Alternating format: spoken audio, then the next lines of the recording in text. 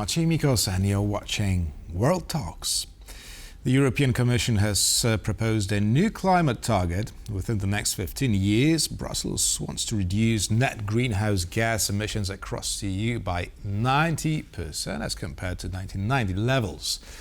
And to talk about this idea, we're joined by Tomasz Włostowski, Managing Partner at EU Strategies. Good evening. Good evening. So, well, tomorrow, I've checked, the temperature in Warsaw will reach 36 degrees Celsius. A heat wave has engulfed Europe and it leads to extreme weather phenomena. Now, is this the time to act? And if so, why has it taken the European Commission so long? Well, thanks for having me. It's quite hot in Brussels as well. We have around 35 for the last 2 days. So yeah, the climate is quite conducive to this discussion. Well, it took so long because just because of politics, and I think that's very clear. The last 2 years have shown to a number of EU governments and to the European Commission and to the members of the European Parliament that the patience, I think, of EU citizens and EU electorate with sort of stringent climate measures and with increasing burden on business and on citizens in fighting climate are becoming increasingly less popular, and that was very clear from the results of the European election in 2024. So last year, the new European Parliament is much more right-wing. Most of the left-wing parties that supported the Green Deal, so the major achievement of the last Commission, have received less support in the European election. All the right-wing parties received more. And the new Commission is basically, even though it's composed of a number of the same commissioners and the same president of the Commission, Ursula von der Leyen, but it's operating in a completely different climate. And I think the commissioners are quite sensitive to the pressure, the political pressures in member states. And they were quite sensitive to a number of member states basically expressing concern about proposing a too stringent target that would make it difficult for them to win elections in a number of member states. But about the proposal itself, what way exactly does the EU intend to reach this ambitious goal? Well, this is a very good question. Essentially, as part of the last package of measures within the Green Deal, the EU adopted what's called, sort of in Brussels jargon, Fit for 55 package. So basically, it's a package that's supposed to allow Europe to reduce emissions by 55% until 2030. And basically, the Commission estimates that the same measures we've already adopted are going to take us to around 80-something% by 2040. So it's not going to get us to 90%. It's going to get us to 80-something% reduction. So basically, new measures will have to be adopted between sometime between today and 2030, when we will have to start cutting emissions even further. Exactly what those measures will be, the Commission is quite, I would say, mum about. It doesn't really discuss what measures it plans to propose. We know that majority of emissions right now are from energy still, from the industry, from transport. Agriculture hasn't been really touched yet. According to the sort of projections by the Commission, most of the reductions will come still from energy and from transport. And as you know, probably the biggest, one of the biggest political problems is the so-called ETS2 system, which is supposed to burden the fuels burned for transport and for heating homes. And that's going to kick off in 27. And those are part of the measures that I think member states and governments in member states are quite concerned about, which is exactly why they were concerned about imposing a target that's too stringent. So what should Europeans brace for if the strategy is in fact to be implemented, like higher energy prices? Well, I think that is the concern, right? The Commission is quite, part of the reason why it took so long for the European Commission to come up with these measures was because they were looking for ways to, on the one hand, still propose a 90% reduction and at the same time find flexibilities in how to achieve that 90%. The Commission today has outlined 3 of those flexibilities. One of them is the possibility of European states to basically do what's called international carbon credits. Essentially, this would allow European companies to invest outside of Europe in countries where it's perhaps cheaper to bring reductions about. Basically, these would be third developing countries where basically European companies could invest in decarbonization projects and then they could count those reductions towards their own their own reductions in member states. That's one option. But most, I think, importantly, we have the Social Climate Fund, which is being funded from carbon pricing, and those are supposed to generate money that the member states can then move back to their citizens, to the households, help them finance renovations in homes, to spend less energy on heating, and so on. So there's going to be probably a lot of social spending coming forward. Right, now I'd like us to listen to European Commissioner of Climate, Wopke Hoekstra, describing his newest idea.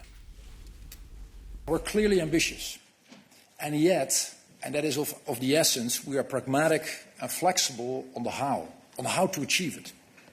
It's a huge transition, let's just realize that. And therefore it is of the most importance to be non-dogmatic about how to reach success. A lot has been said about the flexibilities, and let me dive into that right away. We will allow for, first, a limited amount of high-quality carbon credits outside of the European Union. And these carbon credits will have to be verifiable, they have to be certifiable, and they have to be additional, because only then will it truly help. Well, you've talked about it only a moment ago, but the Commissioner is using a certain lingo, maybe not understandable to all our viewers. What's the issue with flexibilities, as described by EU's Climate Commissioner? Well, there are two issues. One is, of course, to make sure that the international carbon credits, that they're verifiable, right? There's always a concern that if you allow European companies to do a project somewhere, in a developing country far away from Europe, and then claim those credits within Europe, and claim, look, I wasn't able to reduce my own emissions in Europe, but I was able to do this project, somewhere very far away, and I reduced my emissions over there. There's always a question, well, did you actually do that? Is that a new project? Is there some old project? Are you not double counting those reductions in Europe and maybe in some other countries? So basically, one of the big concerns, and there was a lot of opposition to using international carbon credits, especially because for this reason, Europe's a bit concerned about whether this is verifiable. So that's one issue. The other issue, and that's the one that the Commissioner just talked about, is flexibility between different sectors. And essentially, as we know, European Union is 27 member states, and the structure of our economy is different. So in some member states, there is more agriculture, there's more forests, there's less transport. In another country, there's more transport. So basically what the Commissioner says is that there's going to be more flexibility in terms of where exactly we cut those emissions. So it might be much easier for one country to cut emissions in transport. It might be much easier for another country to cut emissions in agriculture or maybe in industry. And if they have some sort of extra reductions in certain sectors, they can use those reductions vis-a-vis some other sectors that they have.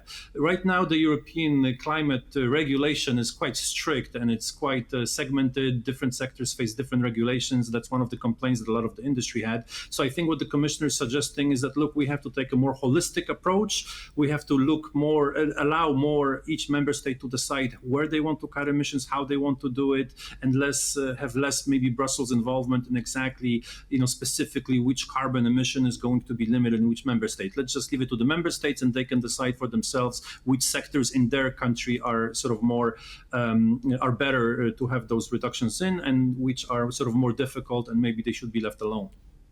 But don't you think there will be some sort of a veto from at least one of EU's member states? I mean, which of the countries are openly supporting this new target, and which of them oppose it?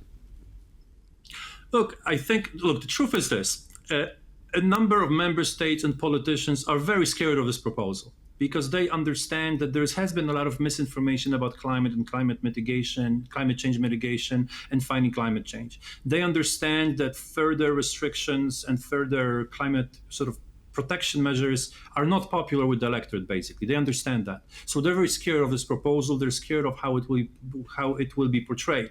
A number of big member states, well, Poland for one reason, as one example, is not very happy about this proposal, which, by the way, is exactly what was issued today. As we know, the Polish presidency just ended 2 days ago, and the reason why this proposal is coming out today is exactly so it didn't come out during the Polish presidency, because Polish government really does not like this proposal.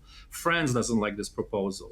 The Czech Republic doesn't like this proposal. So a lot of countries that have basically high emissions and have a difficult political situation in their countries. As we know, France has very important presidential elections in 2 years. Poland has a very important parliamentary election in 2 years. This proposal is going to be voted about in a half a year, maybe at the beginning of 2026, and the European politicians are quite concerned about how it will be portrayed in their member states and towards their citizens, which is exactly why they were fighting with the European Commission, first of all, to delay it, and second of all, to introduce as many flexibilities as possible to it, so they can explain to their citizens that, okay, 90% sounds very radical, but there are all these flexibilities within that allow us to achieve it. One more question.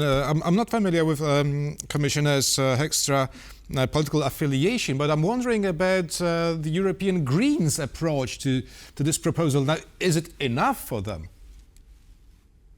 Well, Hekstra is from the center-right, so he's basically part of the EPP, which is the biggest political party in the European Parliament. He's from the same party as Ursula von der Leyen as the Polish Prime Minister Donald Tusk. So they're all within one family, but believe me, their view on the matter really depends on which member state they're from, because as we know, elections are very local. So the Polish EPP, for example, is very concerned about this proposal. Hekstra, of course, is clearly comfortable with it. Now, for European Greens, I think they're quite happy with the fact that the 90% target was met. This was the big concern, I think, of the left wing and of the Greens. They were concerned that the target's going to be lowered. They're probably not very happy about international credits, especially because there were all these questions about whether these credits are verifiable, whether they're not just a way out for business to avoid the cutting emissions in Europe, basically. So they were quite concerned about it. But overall, I think they should be happy with the proposal because it could have gone much worse for them. Tomasz Włostowski, managing partner at EU Strategies, was our guest tonight. Thank you very much. Thank you for having me. And thank you for watching, and stay with us for much more news and features here on TVP World.